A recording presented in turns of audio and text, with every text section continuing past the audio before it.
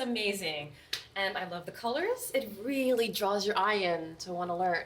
I love it. It's amazing. It's beautiful. Baby, listen, we gotta go get ready for work. All right? I'm gonna go grab my things, okay? All right. Love you, baby. What? Gotta get Work? ready. Yeah. What happened to going to the science fair? Honey, we can't miss work today. You know we have sort of our own science fair at the lab.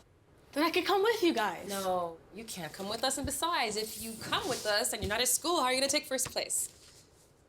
This is so I found unfair. this one interesting, mostly for how the writer decided to absolutely just throw away all the usual conventions that come with sci-fi and specifically time travel, where we usually have, the protagonist who is resistant to doing it. They don't want to create a butterfly effect. They don't want to mess things up. They don't want to come in contact with themselves. And this one just turns that on its ear and goes straight for doing all that, which I thought was a really bold and interesting choice. Those conventions are just almost canon in the genre after, since as far back as I can tell. So I thought that was really a bold and interesting choice to go that direction.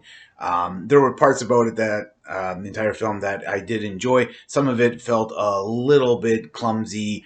The speech at the end a little bit forced, but overall it was an interesting story, putting an interesting spin on a sort of old narrative tale.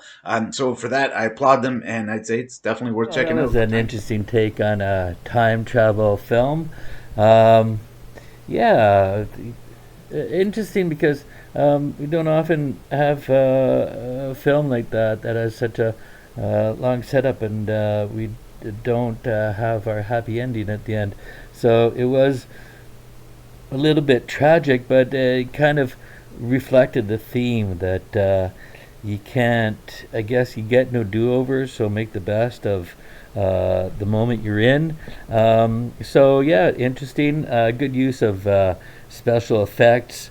I thought that the little glimpses of like several characters that seemed to pop up at the same time was interesting, like kind of reflecting the time paradox. Like if she goes there back there so many times, it might make sense that there are more than one copies of her at the same place.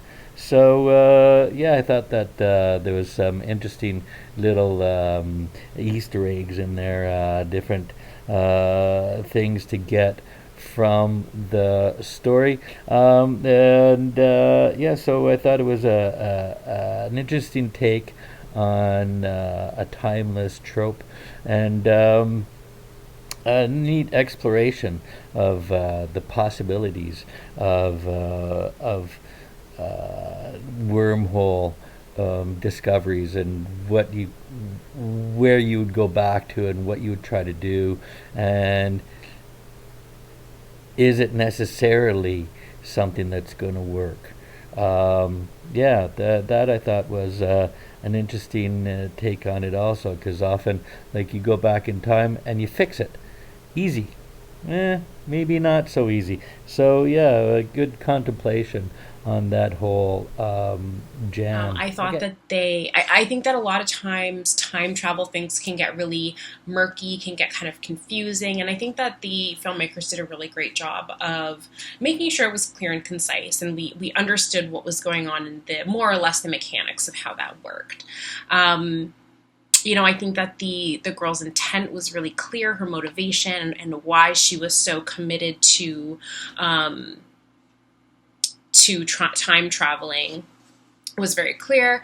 What I do wish is that in all of her attempts to go and try and prevent the murders from happening, I wish that we maybe saw more variety in the strategy that she used in order to stop them, just to give us a better idea of like all of the different tactics that they tried, because there was 280 something different attempts. So I would have loved to see more variety, because it felt like the times that we did see it felt like the first few times, because nothing really happened. It kind of was like she got there too late, she watched it happen. So I wish there was maybe more action or just variety.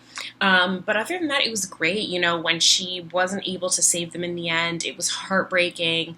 But I also loved seeing the moment of her current self and her younger self speaking to each other. I thought that was really awesome. So I really enjoyed this. I think they did such a good job.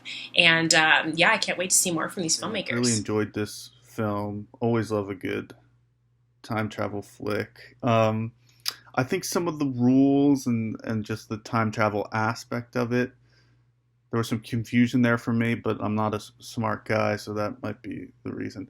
But I do have to say that the emotional arc was there and was really impressive, because I feel like a lot of sci-fi movies, you don't really give a shit about the characters, but I definitely cared. And it was moving, so I think that's really impressive. And, you know, especially that moment with the older self and the younger self. I thought the production design was cool. I liked his weird kind of blue glasses and stuff, and the armband, the wristband was cool. And I thought the wormhole effects was actually really sick. So that was dope. I really enjoyed the film, though. I thought it was great. So good job. I really enjoy Timestamp. I love the concept of time travel and trying to have a different outcome, but having to try it multiple times and just kind of exploring the philosophical side of that. But I thought that even in the way we have the same moment repeating itself as the main moment in the story, the way the editing was done and the things that were different made the piece really interesting.